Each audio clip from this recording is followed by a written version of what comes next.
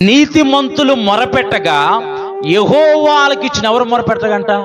నీతిమంతులు మొరపెట్టగా యెహోవా ఆలకించును. అబ్రహాము దేవుణ్ణి నమ్మెను, అది అతనికి నీతిగా ఎంచబడెను. మనం ముందు దేవుణ్ణి విశ్వసించకుండా, దేవుణ్ణి నమ్మకుండా, దేవుని చిత్తానుసారంగా మనం జీవించకుండా మన జీవితాల్లో కార్యాలు జరగాలంటే ఎలా జరుగుతాయి? అవునా కదా? మన జీవితాల్లో కార్యాలు జరగాలంటే ఎలా జరుగుతాయి? మనం ఆయన్ని విశ్వసించకుండా వినుట వలన విశ్వాసం కలుగును, వినుట క్రీస్తు కూర్చిన మాట వలన కలుగును. వినుట వలన విశ్వాసం కలుగును అంటే పరిశుద్ధ గ్రంథంలోని దేవుని యొక్క వాక్యం ద్వారా మనకు విశ్వాసం కలుగుతుంది.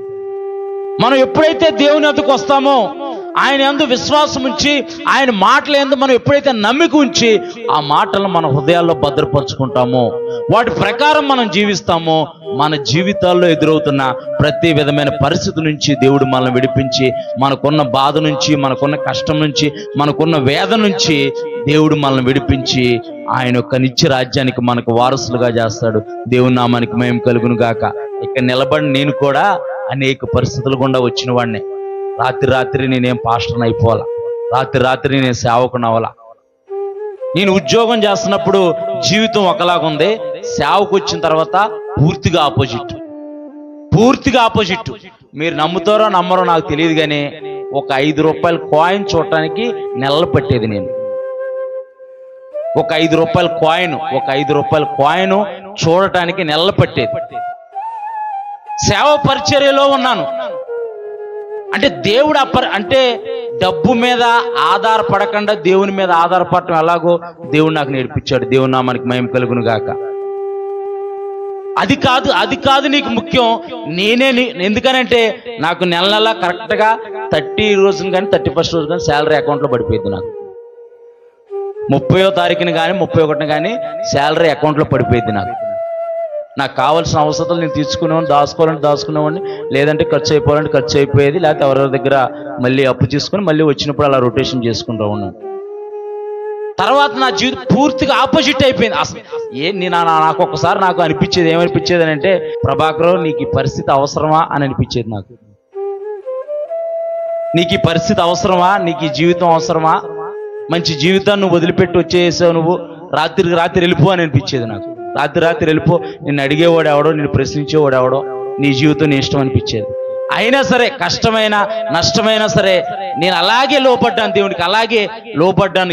ఈ రోజు ఉన్న పరిస్థితి రేపు ఉండదనే విశ్వాసంతో బతికాను. ఈ రోజు ఉన్న పరిస్థితి రేపు ఉండదనే విశ్వాసంతో బతికాను.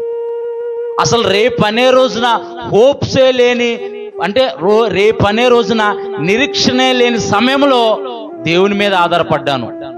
చూస్తేనేమో 2 పిల్లలు. కాలం అలా సమయం గడిచిపోయింది, 2 పిల్లలు పుట్టారు. వాళ్ళని అసలు ఎలా పెంచాలి, ఎలా చూడాలి, ఏంటి నా జీవితం ఏంటి, నా బ్రతికేంటి? ఎందుకంటే మీరు పాస్టర్ గారు మీరు వాక్యం ఉంది రాసేసుకున్నారు, మీరు బాగానే చదువుతున్నారని మీరు అనుకుంటారు. మేము అలాంటి పరిస్థితులు గుండా దాటుకుంటూ వచ్చిన వాళ్ళమే, ఆ పరిస్థితులు గుండా చూసి వచ్చిన వాళ్ళమే. అది అనుభవిస్తే గానీ తెలీదు. ఒకసారి ఆలోచించండి, 2 పిల్లలు చేతిలో రూపాయి లేదు, ఎలా బతుకుతారు? దేవుడు సేవకు రమ్మన్నాడు, వచ్చాను, ఎలా బతుకుతాం? అయినా సరే దేవుడు మమ్మల్ని పోషించాడు. దేవుని నామానికి మహిమ కలుగును గాక. ఈ రాత్రికాల సమయంలో మేము ముందు నిలబెట్టాడు. అంటే మనకి శ్రమ వచ్చినప్పుడు, కష్టం వచ్చినప్పుడు మనం కృంగిపోతాం. నా సమస్య అలాంటిదండి, నా పరిస్థితి అలాంటిదండి. నిజమే, పరిస్థితి అలాంటి కృంగుబాటుతల ఉండిద్ది.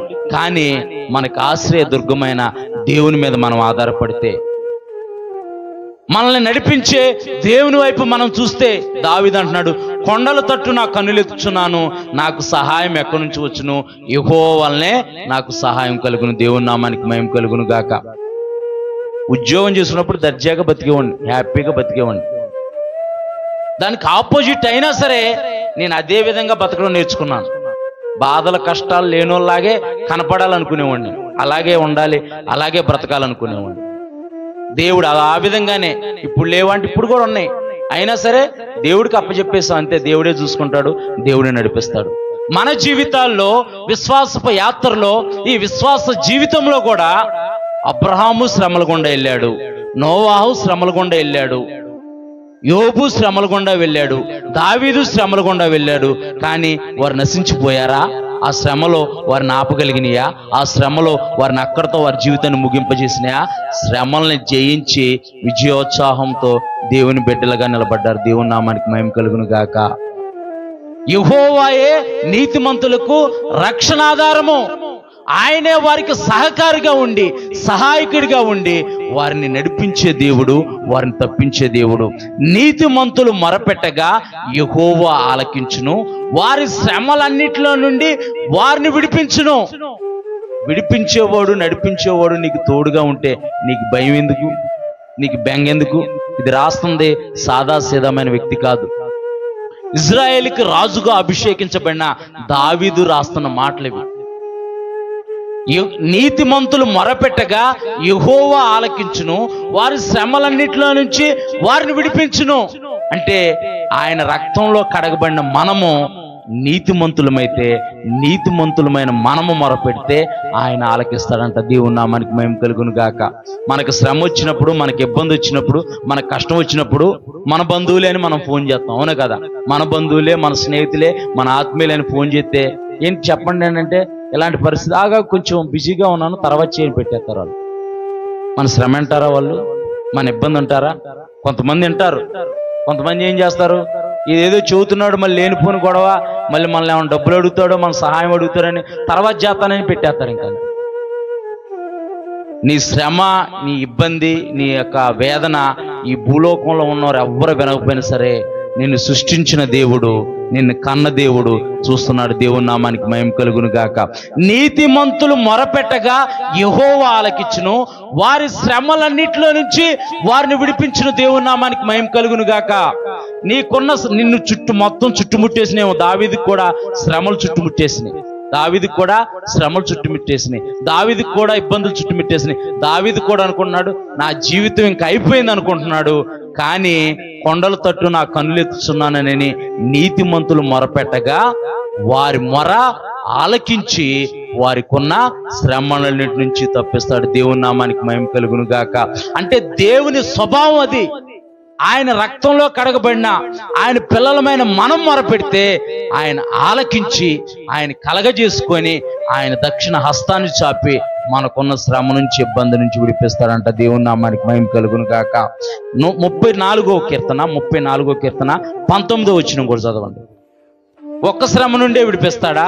ఒక్క ఇబ్బంది నుంచే విడిపిస్తాడా? నీతిమంతునికి కలుగు ఆపదలు అనేకములు, వాటిలన్నిటిలో నుండి యెహోవా వారిని విడిపించును. అంటే ఈ భూమి మీద నీ కాలం అవ్వకుండా ఏ శ్రమలైతే, ఏ ఇబ్బందులైతే, ఏ వేదన అయితే నిన్ను వెంబడిస్తున్నాయో వాటినన్నిటినీ జయించుకొని నువ్వు బయటకు వస్తావు కనుక ఆ శ్రమలో, ఆ ఇబ్బందులో నువ్వు ఉండిపో. దేవుని నామానికి మహిమ కలుగును గాక.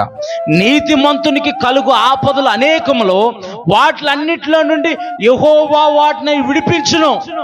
ఇక్కడ యేసు ప్రభువారిని సొంత రక్షకుడిగా అంగీకరిస్తే, యేసు ప్రభువారిని నమ్ముకుంటే శ్రమలు రావని చెప్పట్లా, ఇబ్బందులు రావని చెప్పట్లా, అవమానం కలగదని చెప్పట్లా, వేదన కలగదని చెప్పట్లా. యేసు ప్రభువారు చెప్పారు, నా నిమిత్తము మిమ్మల్ని సమాజంలోకి విడుస్తారు, రాజులు ఎదుట, అధికారులు ఎదుట మిమ్మల్ని నిలబెడతారు, మిమ్మల్ని కొడతారు. ఇది మహదానందంగా మీరు ఎంచుకోండి, మీ ఫలము పరలోకమందు అధికమవునని చెప్పారు.